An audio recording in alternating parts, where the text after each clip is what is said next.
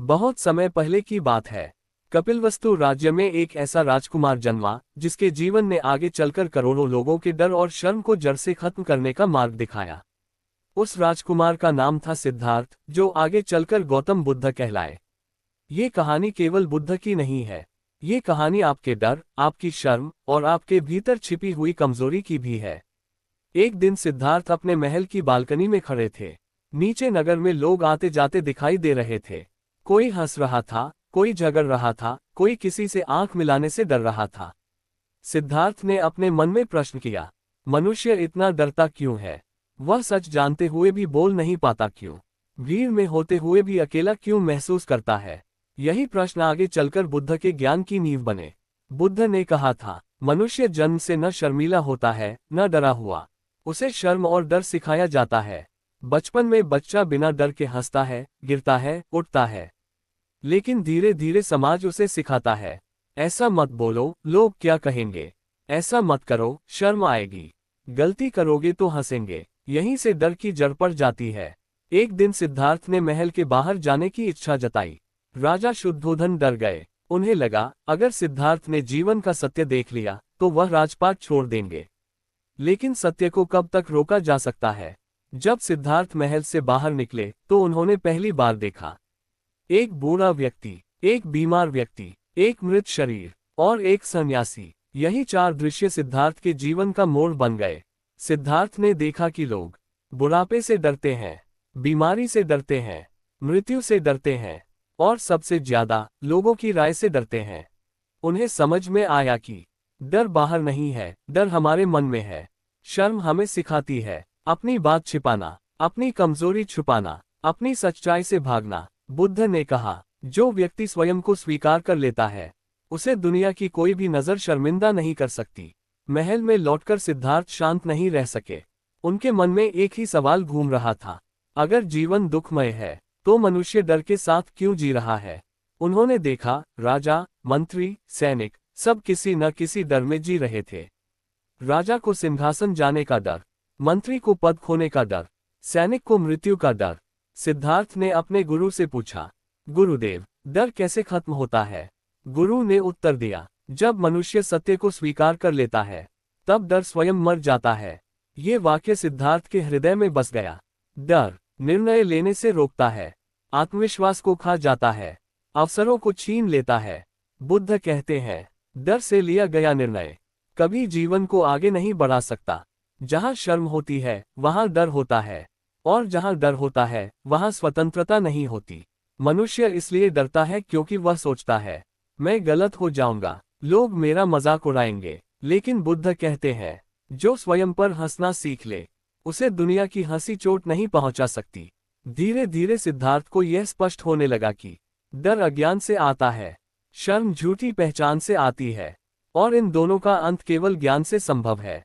एक रात सिद्धार्थ महल की छत पर खड़े होकर आकाश को देख रहे थे। उनके मन में निर्णय जन्म ले चुका था, जब तक मैं स्वयं को नहीं जान लेता तब तक न मेरा डर जाएगा और न ही दुनिया का। यहीं से शुरू होती है वह यात्रा जो राजकुमार को बुद्ध बनाती है। डर बाहर नहीं, हमारे मन में है। शर्म समाज की दी हुई बेड़ियां हैं। सत्य को स्वीकार करना ही पहला साहस है। स्वयं को जानना ही डर से मुक्ति का मार्ग है। पिछली कहानी में आपने जाना कि कैसे सिद्धार्थ के मन में डर और शर्म के बीच समाज ने बोए थे। लेकिन आज की कहानी उस क्षण की है जब एक मनुष्य डर के साथ जीने से इनकार कर देता है। ये वही रात थी जो इतिहास बदलने वाली थी। रात का सन्नाटा पूरे महल पर छाया हुआ था। दीपक की लौ धीमी धीमी जल रही थी। सिद्धार्थ अपने कक्ष में बैठे थे, लेकिन मन कहीं और था। उनके कानों में वही आवाज गूंज रही थी, लोग क्या कहेंगे, राजा का अपमान होगा, ये कर्तव्य के विरुद्ध है। लेकिन उसी के साथ एक और आवाज भी थी, सत्य को जाने बिना जीवन व्यर्थ है। सिद्धार्थ की दृष्टि यशोधरा पर पड़ी। वह गहरी नींद में थी। पास ही राहुल सो रहा था। एक क्षण के लिए सिद्धार्थ का हृदय कांप उठा। ये डर नहीं था, यह मोह था। बुद्ध आगे चलकर कहते हैं, डर और मोह में अंतर समझो। डर भागने को मजबूर करता है, मोह बांधकर रखता है। सिद्धार्थ ने स्वयं से पूछा, क्या मैं अपने डर के कारण यहाँ रुका हूँ या अपने मोह के कारण? और तभी उन्हें सत्य दिखा। जो सत्य से डरता है वही मोह में बंधा रहता है। ये समझते ही उनका निर्णय अडिग हो गया। सिद्धार्थ ने अपने सारथी छन्ना को बुलाया। छन्ना डर गया। राजकुमार, ये क्या कर रहे हैं? राजा क्रोधित होंगे, लोग बातें बनाएंगे। सिद्धार्थ मुस्कुराए और बोले, छन्ना, लोग तो वैसे भी बोलते हैं, लेकिन क्या कोई मेरा दुख समझता है? छन्ना ने कहा, अगर आप चले गए तो लोग कहेंगे आप कायर हैं। सिद्धार्थ ने उत्तर दिया, डर के कारण रुका रहना कायरता है, सत्य के लिए सब छोड़ देना साहस है। यहीं पर डर का सबसे बड़ा भ्रम टूट गया। घोड़ा कर्तक धीरे धीरे महल से बाहर निकला। न कोई शोर, न कोई घोषणा, सिर्फ एक युवक जो अपने डर को पीछे छोड़ रहा था। सिद्धार्थ ने पीछे मुड़कर नहीं देखा, क्योंकि वह जानते थे, जो पीछे देखता है वह आगे नहीं बढ़ पाता। महल की दीवारों के बाहर आते ही सिद्धार्थ ने अपने आभूषण उतार दिए। राजसी वस्त्र, सोने की अंगूठी, मुकुट, सब त्याग दिए। ये केवल वस्त्र नहीं थे, ये झूठी पहचान थी। बुद्ध कहते हैं, शर्म तब तक रहती है जब तक तुम नकाब पहने रहते हो। पहली रात सिद्धार्थ ने जंगल में बिताई। अंधेरा, अजीब आवाजें, अनजाना रास्ता। पहली बार डर ने उन्हें घेरा, लेकिन इस बार सिद्धार्थ भागे नहीं। उन्होंने आंखें बंद की और कहा, डर, मैं तुझे देख रहा हूं, तू मेरे भीतर है, बाहर नहीं। और डर धीरे धीरे कमजोर पड़ गया। बुद्ध ने कहा था, डर से भागोगे तो वह बड़ा होगा, उसका सामना करोगे तो वह टूट जाएगा। उस रात सिद्धार्थ ने डर को हराया नहीं, उन्होंने उसे समझ लिया। अगली सुबह सिद्धार्थ एक वृद्ध सन्यासी से मिले। उसके चेहरे पर शांति थी। सिद्धार्थ ने पूछा, आप डरते नहीं? सन्यासी हंसे और बोले, जिसे कुछ खोने का भय नहीं, वह निर्भय होता है। ये वाक्य सिद्धार्थ के हृदय में उतर गया। सिद्धार्थ ने सीखा, जब अपेक्षाएं खत्म होती हैं, डर खत्म होता है। जब तुलना खत्म होती है, शर्म खत्म होती है। जब स्वीकार होता है, शांति आती है। डर समाज से नहीं, मन से आता है। मोह और डर में अंतर समझना जरूरी है। साहस का अर्थ डर का न होना नहीं, बल्कि डर के साथ सत्य का चुनाव करना है। पहचान छोड़ते ही शर्म समाप्त हो जाती है। सिद्धार्थ अब राजकुमार नहीं थे, लेकिन वह अभी बुद्ध भी नहीं बने थे। ये तो केवल शुरुआत थी। सामने थी तपस्या, संघर्ष और स्वयं से युद्ध। जो स्वयं को जीत ले, वही संसार को जीत सकता है। अब सिद्धार्थ राजमहल से बहुत दूर आ चुके थे। न उनके पास वैभव था, न पहचान, न ही कोई सहारा, लेकिन मन में एक ही आग जल रही थी। डर और दुख का अंत कैसे हो, यही प्रश्न उन्हें तपस्या के मार्ग पर ले गया। सिद्धार्थ ने उस समय के प्रसिद्ध गुरुओं से शिक्षा ली। अलार कालाम, उद्दक रामपुत्र। ज्ञान, ध्यान और साधना में वे आगे बढ़े। थोड़े ही समय में सिद्धार्थ ने वह सब सीख लिया जो उनके गुरु जानते थे, लेकिन मन फिर भी अशांत था। उन्होंने पूछा, क्या यही दुख का अंत है?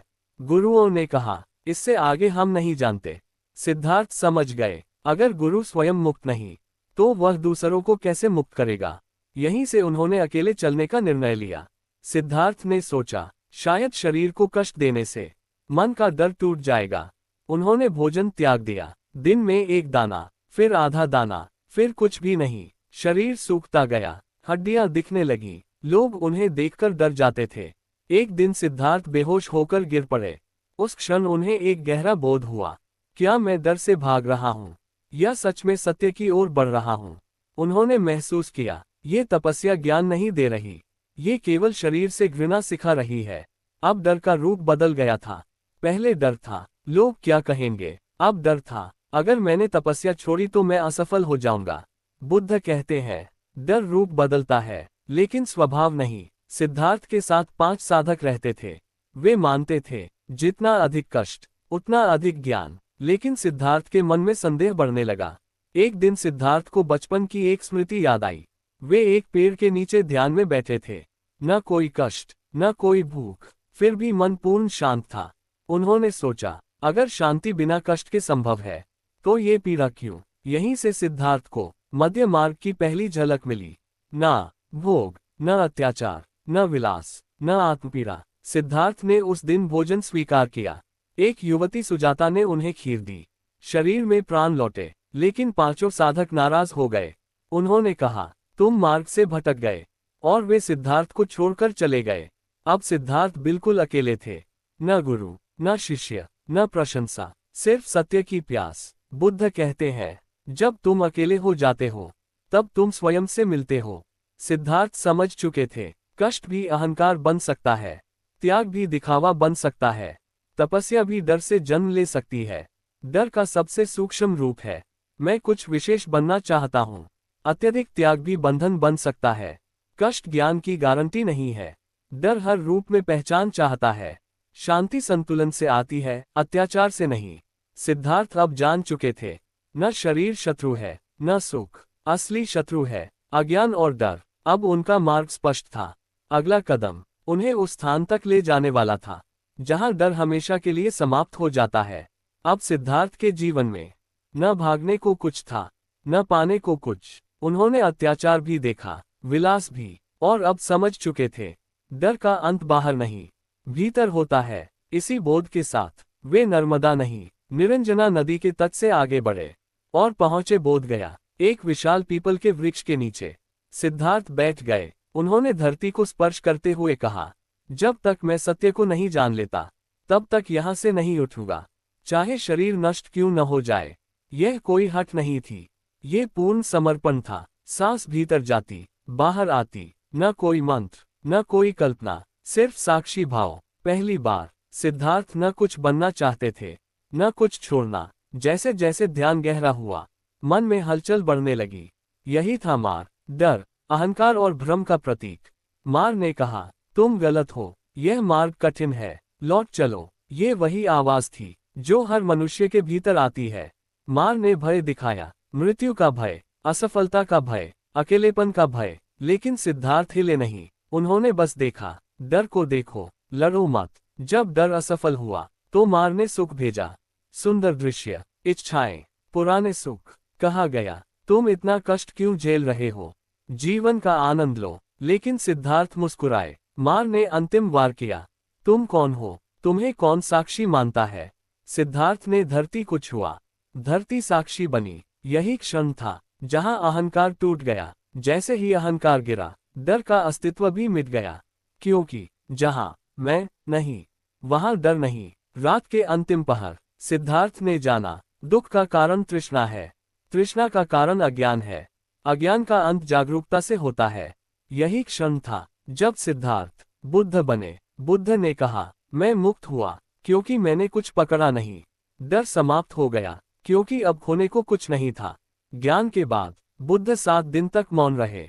उन्होंने सोचा, क्या लोग इस सत्य को समझ पाएंगे, क्योंकि सत्य सरल था और मनुष्य जटिल। डर अहंकार से जन्म लेता है, साक्षी भाव से डर मिटता है।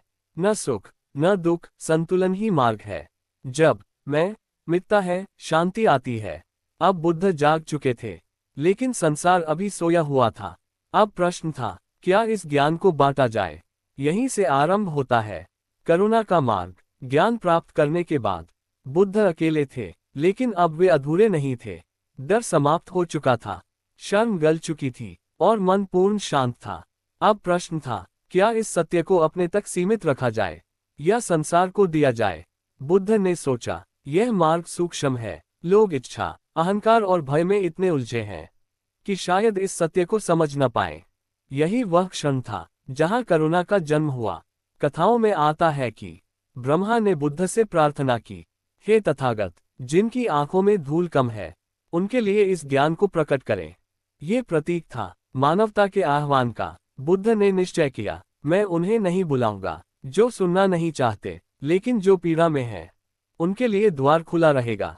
यहीं से धर्मचक्र घूमने लगा। बुद्ध सारनाथ पहुंचे। वहीं वे 5 साधक मिले, जो तपस्या के समय उन्हें छोड़कर चले गए थे। बुद्ध ने कोई शिकायत नहीं की, कोई अहंकार नहीं दिखाया, सिर्फ कहा, मैंने वह पाया है जिसकी खोज में हम थे।